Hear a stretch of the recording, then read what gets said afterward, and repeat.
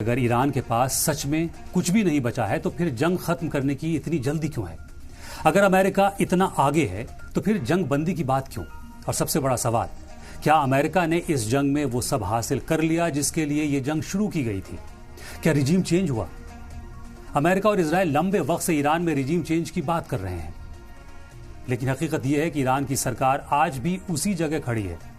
Iran के supreme leader का सिर्फ चेहरा बदला है, एक खामेनेई गए और दूसरे आ गए। यानी ईरान के रिजीम का पूरा स्ट्रक्चर बरकरार है, न सरकार गिरी, न बदली और न ढही। यानी जंग का पहला बड़ा टारगेट पूरा नहीं हुआ और ट्रंप कह रहे हैं कि सीज फायर हो सकता है, मगर कैसे? आपके दावे के मुताबिक ईरान में कुछ बचा ही नहीं, तो फिर उतरे ईरान की जमीन पर, बूट्स ऑन द ग्राउंड, जैसे आप दूसरे देशों में करते आए हैं। उतरे वहां और हुकूमत की बागडोर अपने किसी चहेते को सौंप दें, ऑपोजिशन के साथ मिलकर नई सरकार बनाएं। अभी से आधी अधूरी राह पर इस तरह वापस लौट कर जाना ठीक नहीं है। ऐसे जाएंगे तो दुनिया कहेगी आप हार मान गए हैं, अपने घुटने टेक दिए हैं।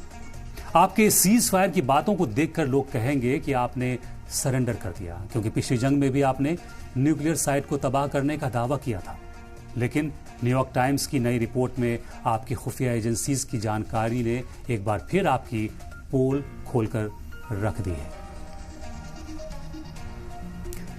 डोनाल्ड ट्रंप ने कहा था कि ईरान का न्यूक्लियर प्रोग्राम पूरी तरह से खत्म करेंगे, लेकिन अभी तक कोई ऐसी पुख्ता जानकारी और तस्दीक शुदा खबरें नहीं हैं कि ईरान की न्यूक्लियर साइट्स पूरी तरह तबाह हो चुकी हैं। ईरान के कई न्यूक्लियर प्लांट जमीन के 500 मीटर से भी ज्यादा नीचे बने हुए हैं, जहां तक पहुंचना बहुत मुश्किल है।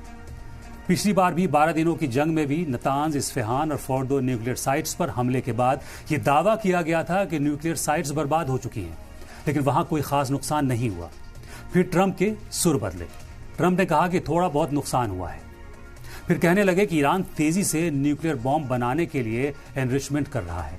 यानी पहली जंग से लेकर अभी तक आपका दूसरा टारगेट भी अचीव नहीं हुआ और आप सीज फायर की बात करने लगे। ये सीज फायर है या सरेंडर?